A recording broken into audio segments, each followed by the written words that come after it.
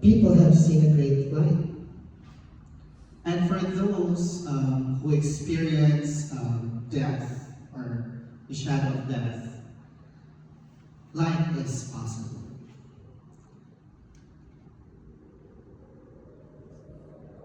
And another verse here from Psalm. I've noticed Psalm has a lot to deal with the darkness and light.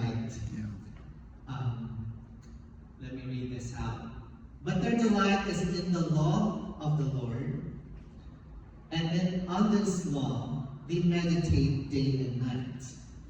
They are like trees planted by streams of water, which yield their fruit in its season, and their leaves do not wither, and all that they do, they prosper. The wicked are not so, but are like chaff that wind drives away. Why am I sharing this verse? Sometimes in order to address or in order to process the darkness that we encounter in our everyday lives, we need to meditate, like what I was talking about yesterday during the contemplative prayer. In meditation, you train your mind to put at rest. Sometimes with all the noise of everyday life, the hustle and bustle, all the conflicts, the toxicity of life, from relationships, from career, from whatever aspect of life that you may be encountering, we tend to forgo, or we fail to recognize the light within us. So there are times that we are in the darkest point in our lives, that it's hard to find the light, or even a glimpse of hope. Normally, we do the fight, or the flight, or fight response.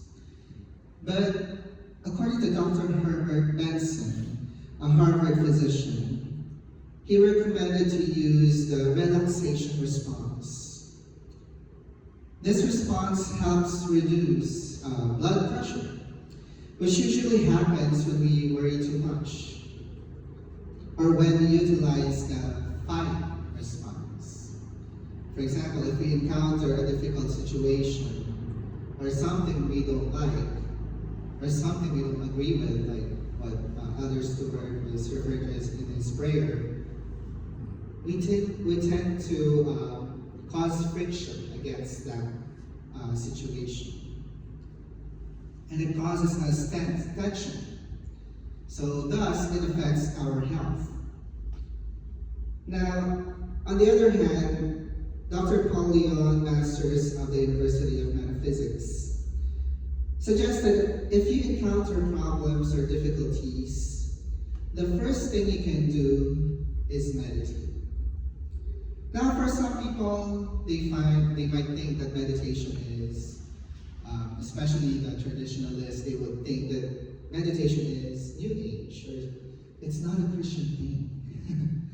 But there is a scripture that says that meditation is okay.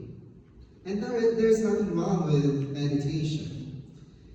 In the Bible, in this verse, if someone who meditates, he is like a tree planted by streams of water. The science now is slowly proving what Eastern knowledge has known for thousands of years.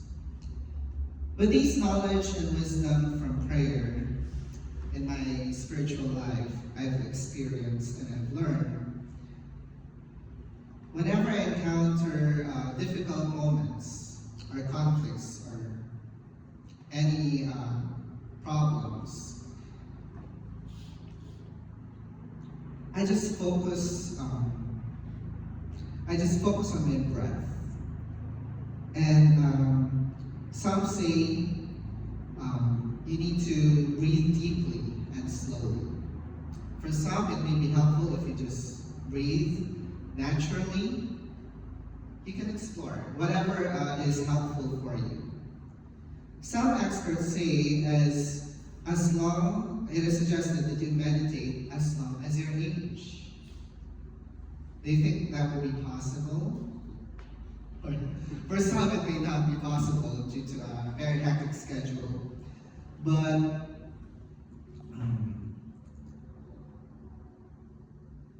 But what you can do, the minimum recommended amount of time you can meditate is 7 minutes. That is according to the researchers and studies that they have done regarding meditation.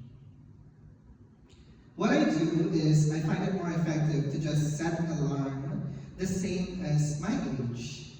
Guess what's my age?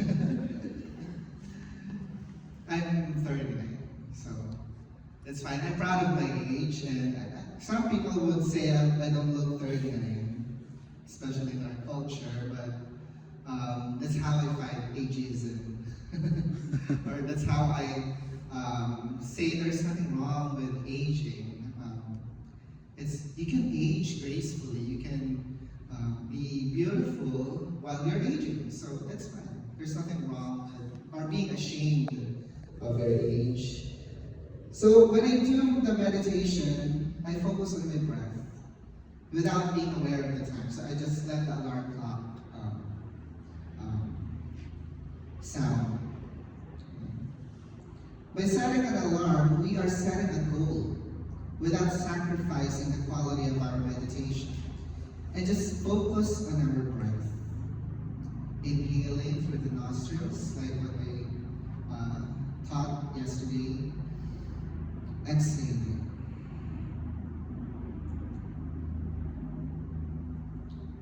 However, if you're really pressed with time, just what I mentioned a while ago, you can just take a few deep breaths for at least 7 minutes. And as you meditate, solutions and wisdom arise unexpectedly. In that way, you transform the darkness into light. You become a light to others.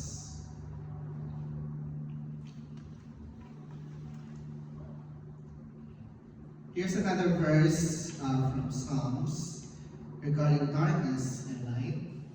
Even the darkness will not be dark to you.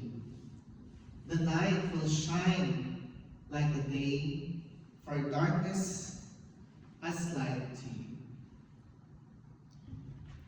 So God, for us humans, we might think that this thing is really dark. This situation is really dark for me. But sometimes God has an underlying purpose, or it's like a blessing in disguise. That we'll soon find out in the future that there is a purpose for the darkness that we are going through. Darkness is part of our journey. Saints went into darkness before becoming beacons of light. You don't have to create miracles to be a saint. People just need to see your light. They need to see Jesus in you. Most of the time, people don't care about what you believe in.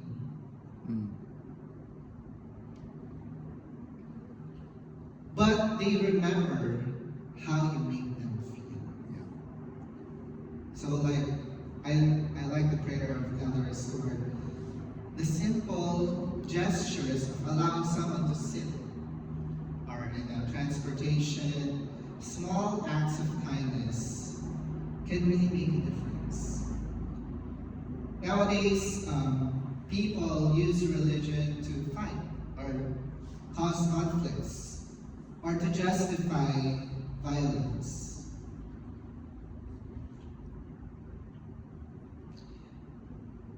In our context today, or in your context here in Australia, I'd like to ask you, which parts of your life is still in the dark that needs transformation? Which parts of your society still has darkness permeating in your culture?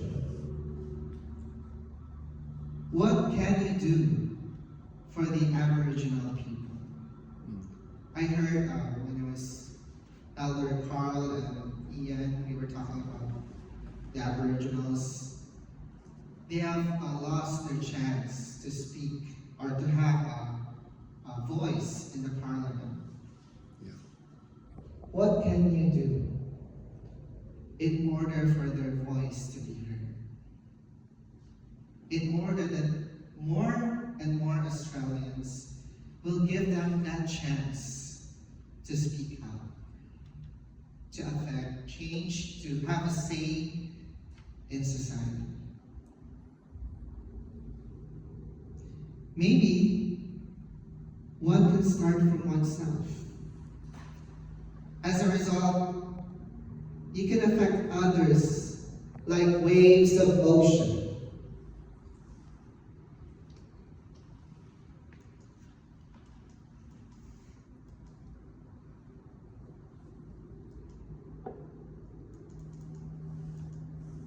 Now let me end this my message.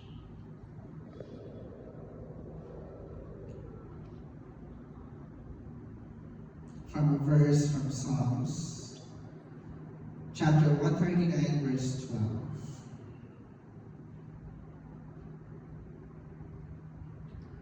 The night will shine like the day, for darkness is as light to you. We may have situations in our lives that are really dark, or sometimes we don't recognize that there are things that are